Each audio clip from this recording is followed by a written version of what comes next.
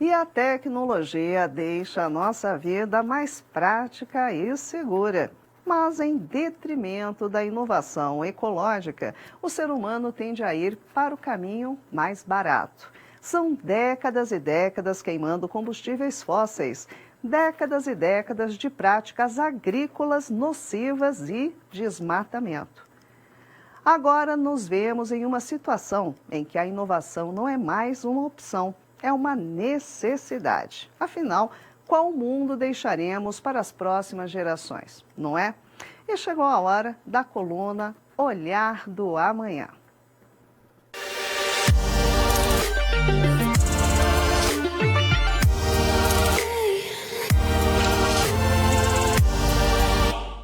E vamos receber agora Dr. Álvaro Machado Dias, que é neurocientista, futurista e colunista aqui do Olhar Digital, para falar com a gente sobre esse cenário que nos encontramos no momento. Vamos lá? Dr. Álvaro Machado Dias, muito boa noite. Mais uma vez, bem-vindo. Muitíssimo boa noite. Doutor Álvaro, vamos falar sobre essa situação. Que mundo estamos deixando para as próximas gerações? Bom, os eventos extremos das mudanças climáticas estão ficando cada vez mais comuns e mais intensos. Antes do que se esperava, doutor Álvaro? Olha, com o Acordo de Paris de 2015, que foi ratificado pelo Brasil em 2016, se tornou claro, se tornou consensual que, de fato, essas mudanças viriam se diferenças, alterações significativas no comportamento ao redor do mundo não fossem adotadas. Alguma coisa realmente vem mudando, mas a velocidade de mudança não é tão grande assim. De modo que eu não diria que a gente está vivendo uma situação de grandes surpresas, tá?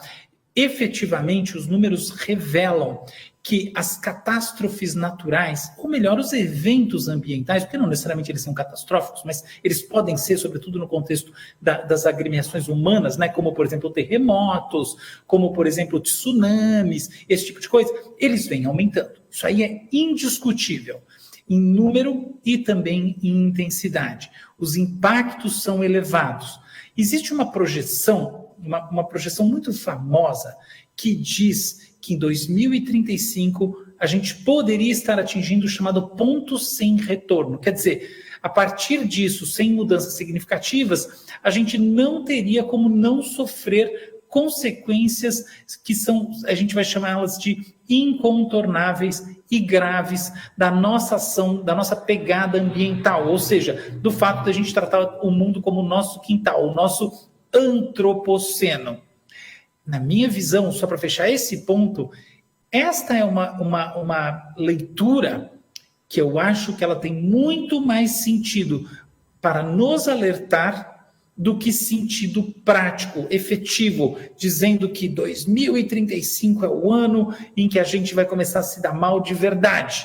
Por que isso? Porque a gente também está avançando nas tecnologias, nos entendimentos que nos permitem algumas soluções mais inteligentes e eficientes, ao mesmo tempo em que a dor maior, que é refrear o progresso, não é enfrentada. Agora, doutor Álvaro, e como que a tecnologia, nesse caso, pode impulsionar essa mudança de realidade? Porque até a outra questão é, o que a ciência pensa sobre esse ponto de não retorno, né? Ele realmente existe, tem uma perspectiva de existir ou não, e como que a tecnologia em si, dentre carros elétricos, novas tecnologias, né, para tornar a operação mais sustentável, o que a tecnologia pode trazer, contribuir para isso? Perfeito. Olha só, uma das coisas que se faz em estatística, que é muito importante no mundo também da inteligência artificial, ou machine learning, né, como é hoje em dia chamado, e na prática utilizado esse campo, é a extrapolação de tendências. Então, o que acontece? Eu vejo o que vem acontecendo durante 5, 10, 15, 20, 30 anos.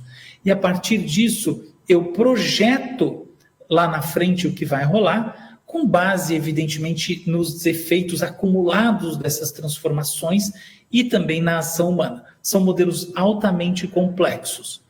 mas eles também são falhos em algum nível, porque no futuro a gente pode agir de maneiras diferentes daquelas que a gente tinha no passado e no presente. Com base em extrapolações feitas nos últimos 10 anos, a gente tem essa lógica, essa perspectiva de um ponto de não retorno, ou seja, de consequências irreversíveis a partir de 2035, oriundas da ação humana sobre o clima. Que tipo de coisa? Por exemplo, uma subida de temperatura que vai tornar a vida assim, simplesmente impossível, ou vamos dizer assim, humanamente muito sofrida em boa parte do planeta. Por exemplo, mudanças nos regimes de chuva e seca que vão tornar a agricultura muito mais difícil e assim por diante. Porém, novamente, a perspectiva de que a gente tem essas tendências e que elas estão escritas em pedra, ela não considera a própria evolução da tecnologia. Eu, do ponto de vista da tecnologia, sou um pouco mais otimista e acho que existem, sim, várias mudanças possíveis e a gente tem que começar já. Para mim, essa é a mensagem. A mensagem não é o catastrofismo que leva à inação, mas existem mudanças possíveis no domínio da tecnologia para que a gente mitigue um pouco o problema e não chegue ao ponto de não retorno, nem em 2035, nem nunca. Quais mudanças? Eu vejo que a gente tem que pensar mudanças em 2 grandes blocos. Um bloco é o bloco do mapeamento, do diagnóstico, tá? É como um paciente. Então, por exemplo, a gente conseguir determinar, sair dessa bobagem. Imagina que tem gente que ainda discute se o aquecimento global é causado ou é influenciado pelo ser humano. Isso é óbvio que é. Então, a gente tem que sair dessa bobagem que é meramente ideológica e entrar no tema. Entrando no tema, importa a gente medir a pegada de carbono das pessoas e dos países, importa a gente medir com precisão como o clima vem se alterando, porque não é só questão de seca, sol e temperatura, não, tem várias variáveis, regimes de ventos e tudo mais. Importa mapear isso e importa mapear como a percepção humana, as experiências estão mudando, para que a gente tenha aí algo na mesa, o famoso elefante na sala. Do outro lado estão as medidas, então a tecnologia conta muito, porque a gente precisa de sensores, precisa mapeamento global, precisa de várias coisas que envolvem esforços que até este momento, eu não vou dizer que eles eram inéditos, porque a pandemia nos trouxe muito próximos disso, da necessidade de fazer esses mapeamentos, mas antes da pandemia eles eram basicamente inéditos. Ok, agora do outro lado que a gente tem as coisas mais difíceis, é como mitigar o aquecimento global, e não só o aquecimento, né? Toda a cadeia de transformações climáticas causada pelo antropoceno, pela ação humana, usando as nossas ideias e aquilo que a gente gera a partir delas. Bom, aqui a gente tem o seguinte, existem as chamadas ideias mirabolantes, que não são necessariamente ruins, elas só são mirabolantes no sentido que elas estão um pouco deslocadas da nossa capacidade e do nosso potencial de investimento nesse momento. Exemplo básico é você botar uma espécie de guarda-chuva ao redor do planeta para reduzir um pouco a irradiação solar. Tá? Essa redução pode ser significativa, teoricamente, a ponto de fazer diferença na vida das pessoas, evitar esse aquecimento e tudo mais. A questão é, obviamente, de complexidade e custo.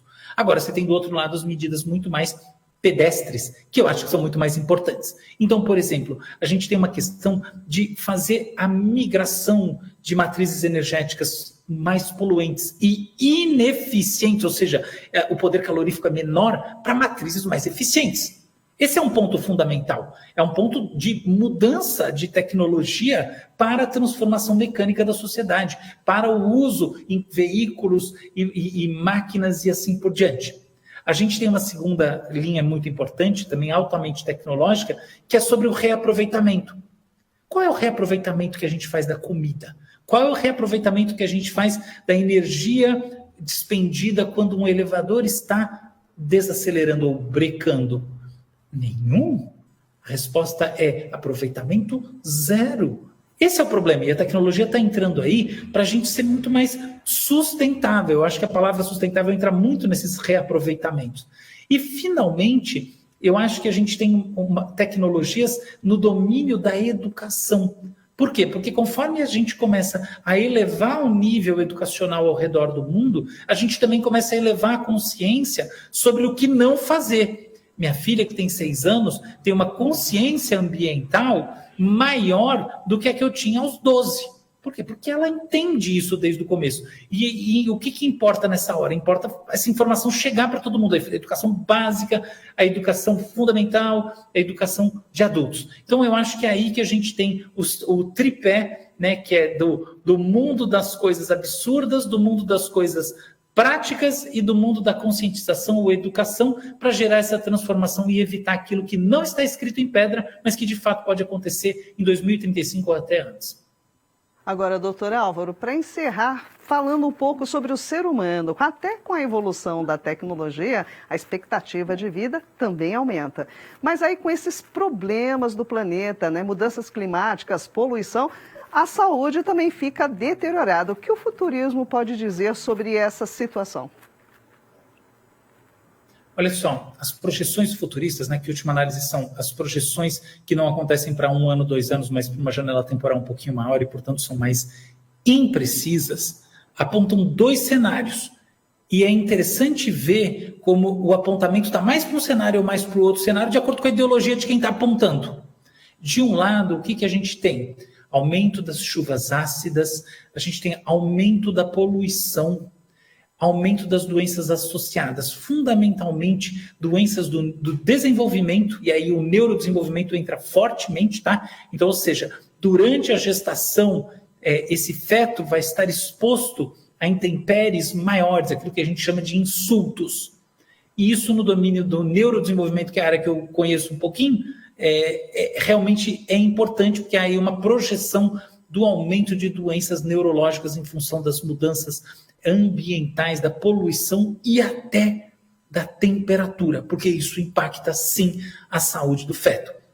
Do outro lado, a gente tem as projeções sobre o próprio desenvolvimento da medicina, porque a medicina está avançando, não tão rapidamente quanto a gente gostaria, mas está avançando de maneira inegável. E as projeções que envolvem aumento da longevidade justamente são baseadas nessas projeções serem aceleradas ao longo do tempo. Ou seja, se o pessoal está dizendo que a gente vai, enfim, passar dos 105, 106 anos como assim, média nos países avançados e eventualmente chegar nisso em 25, 30 anos, como várias projeções hoje em dia importantes estão enfim, dizendo, a gente tem aí a lógica subjacente, né? Tem a premissa de fundo de que na guerra entre as intempéries e a medicina ganha.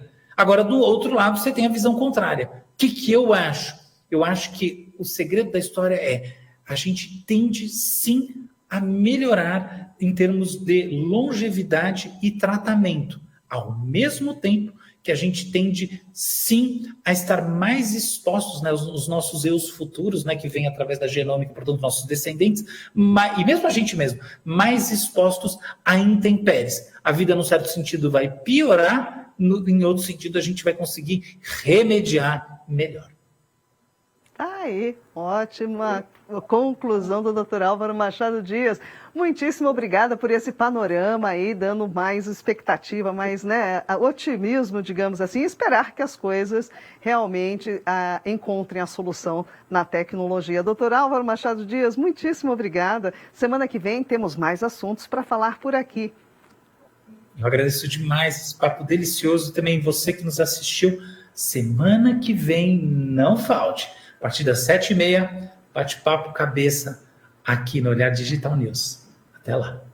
Até, doutor Álvaro, boa noite. É isso aí, pessoal. Assunto que temos sempre que falar, olhando ali um pouquinho para o futuro. Doutor Álvaro Machado Dias, futurista e colunista aqui do Olhar Digital mais uma vez. Semana que vem ele está de volta em mais uma quarta-feira no Olhar do Amanhã.